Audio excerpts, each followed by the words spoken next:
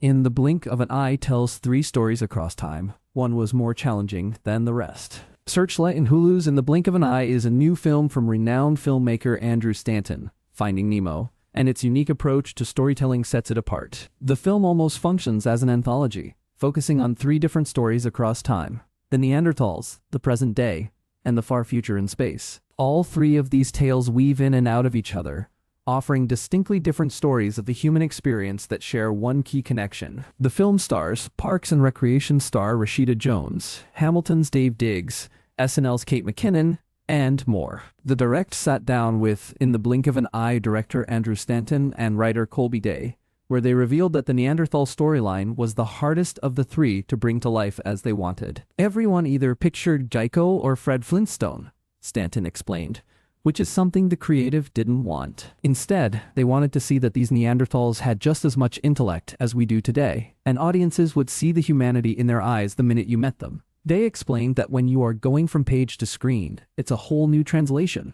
So despite how simple he thought the story was to write, bringing it to life on the screen was a different matter entirely. The Direct also spoke with film stars Rashida Jones, Claire, and Dave Diggs, Greg, who opened up about the most challenging aspect of making this movie. More of the interview can be read below.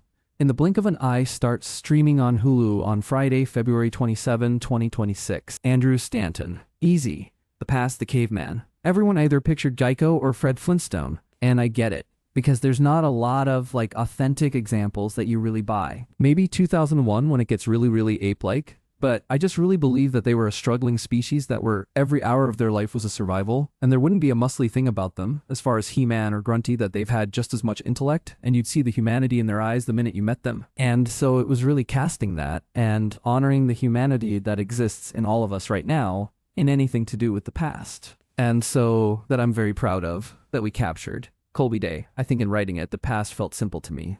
I think I understood, oh, this is a story about just trying to survive. But then, when you get to production, things are going from page to screen, which is a whole new translation thing. And so I do think, once you get into, how do we breathe life into the end results on the screen? Absolutely, very challenging. Colby Day. In thinking about the film from the very beginning, I knew I wanted to tell a story that somehow was about the past, present, and future, and so I think so much of the work of figuring out the script was just trying to figure out what are individual stories within each of these timelines that feel like they compel us and move us forward. And then the work became, okay, but how do we actually interweave those and sort of create a tapestry of those three storylines?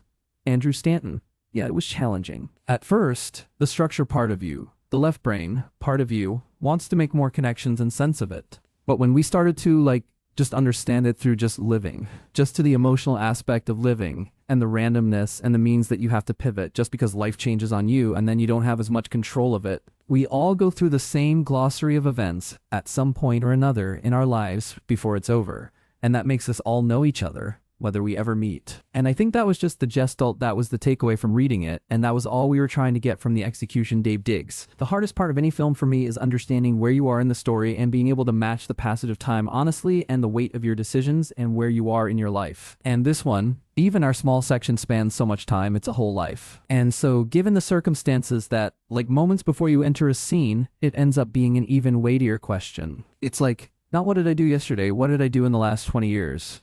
Rashida Jones. Yeah, agreed. I think the amount of time that we span as the same people in the same relationship, filling in those gaps, because there were some times where we do a jump cut for New Year's Eve from, I can't remember, it was 5 years or something, and we were sitting in the exact same place. So much has transpired.